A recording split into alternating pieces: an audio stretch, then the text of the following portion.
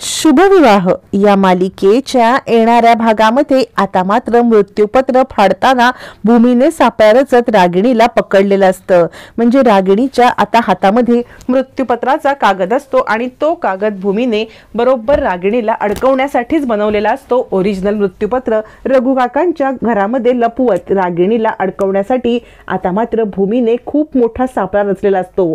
कारण आजीकडून जो भूतकाळ उलगडलेला असतो त्या उलगड्यामुळे रागिणीवरचा संशय भूमीचा पक्का झालेला असतो।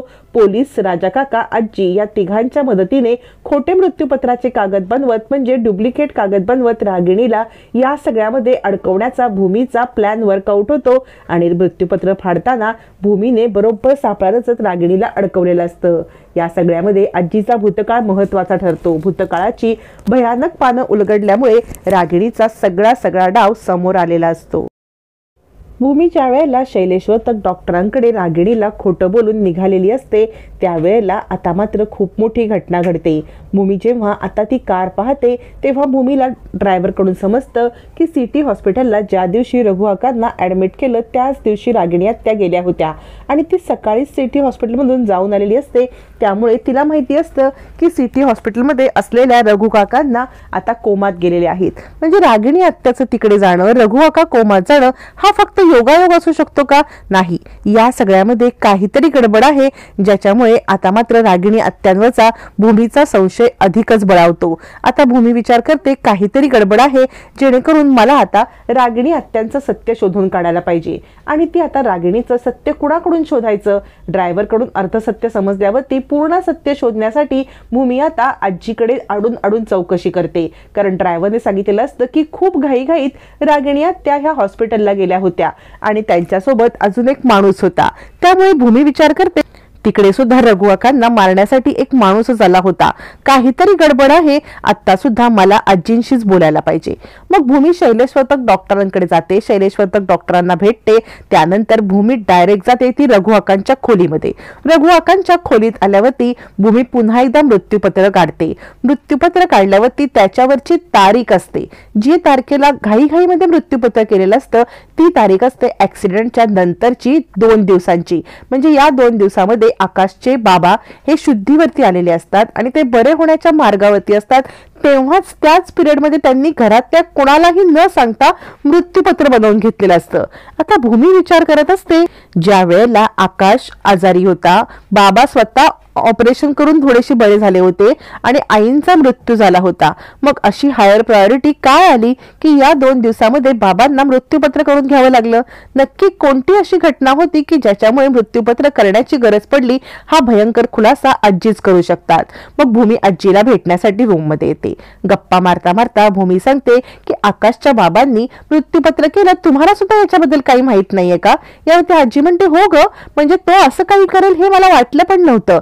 यावरती भूमी सांगते ऍक्सिडेंट झाला त्यानंतर नक्की काय घडलं?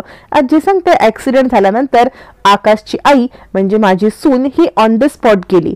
त्यानंतर माझा मुलगा जगन्नाथ आणि आकाश या दोघांवरती उपचार चालू होते। त्यावेळेला दोघंही आजारातून म्हणजे ऑपरेशन नंतर बरे झाले होते।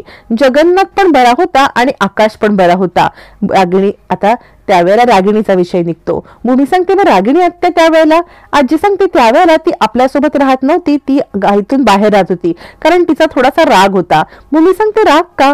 याच्यावरती आजी म्हणते तिच्या मनात बरेच दिवस चिडचिड चालू होती। भूमी सांगते आणि मग ज्या वेळेला ऍक्सिडेंट झाला तेव्हा आपला बिझनेस डबघाईला आला होता का? की आजी सांगते डबघाईला कसला? अगं बिझनेस त्यावेळेला 1 नंबर पोझिशनला होता आणि आकाशच्या वडिलांनी 1 नंबर पोझिशन मिळवलेली। आकाश त्यांची मदत करत होता। जिथपासून आकाशने बिझनेस हँडओव्हर केला ना, अगदी सुवर्ण काळ होता बिझनेसचा। म्हणजे आतापर्यंत आमचा बिझनेस इतका फळफळला कधीच नव्हता जे आकाशने हँडल केल्यापासून आला होता। यावरती भूमी सांगते मग रागिणी आत्या पण मदत करत असतील ना या सगळ्यामध्ये? आजी म्हणते मी तुला म्हटलं ना, रागिणी तेव्हा आपल्यासोबत राहत नव्हती, तिचं गावाकडे लग्न करून दिलं होतं, ती तिकडेच होती आणि रागिणीचं आणि जगन्नाथचं थोडंसं पटत पण नव्हतं।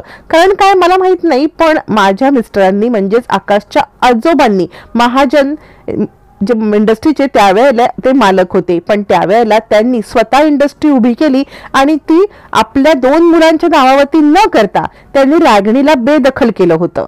रागिणीला बेदखल केल्यामुळे तिचा राग होता. तिला असं वाटत होतं की जगन्नाथने काहीतरी कारस्थान केलंय आणि त्याने बाबांच्या मनात काहीतरी भरवलंय आणि त्यामुळे रागिणीला बेदखल केलंय. आता रागिणीला त्यांनी बेदखल का केलं होतं हे मला पण त्यांनी नाही सांगितलं. म्हणजे बिझनेसमध्ये मी फार काही इन्व्हॉल्व्ह होत नव्हते, पण रागिणीचा तिथपासून राग होता.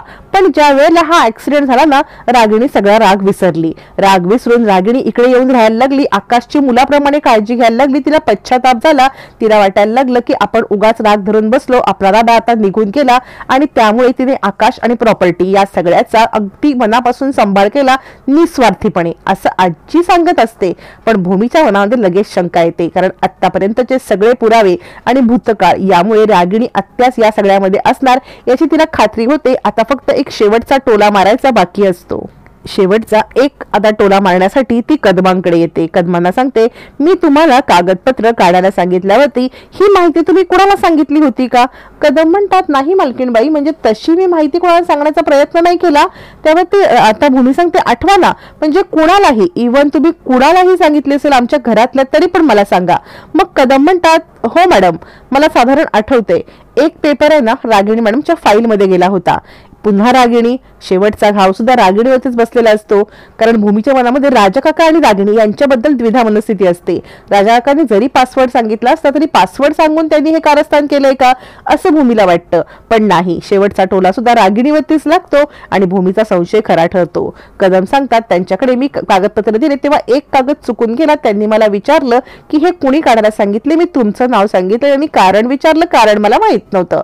भूमीला आता पक्का संशय येतो. मग भूमी खूप मोठी युक्ती करते. भूमी आता तिच्याकडे असलेल्या मृत्यूपत्राचे कागद ती मुद्दाम आता आपल्या रूम मध्ये आणून ठेवते आणि इथेच रागिणी अडकते. रागिणी शोधाशोध करतच असते. भूमीच्या केबिन मध्ये असलेले मृत्यूपत्राचे कागद ओरिजिनल समजून आता मात्र रागिणी ते कागद फाडण्याचा निश्चय करते आणि इथेच रागिणी अडकते. आणि भूमीने रागिणीला अचूक पकडलेलं असतं. भूमी रागिणीवरती नजर ठेवून असते आणि रागिणीचा खेळ इथेच संपतो आणि अचूक सापळा रचत भूमीने रागिणीला पकडलेलं असतं. आजीने भूतकाळ उलगडल्यामुळे रागिणीवरचा संशय पक्का झालेला असतो. मग मात्र रागिणीने मृत्यूपत्र फाडताच भूमी सांगते, आत्या बास करा, मी पोलिसांना पण बोलवलेलं आहे, कारण पुरावे तुमच्या विरुद्ध आहेत. मृत्यूपत्र मिळाल्यावरती तुम्ही सगळ्यात पहिले घरच्यांना दाखवणं अपेक्षित होतं, तुम्ही ते फाडलं.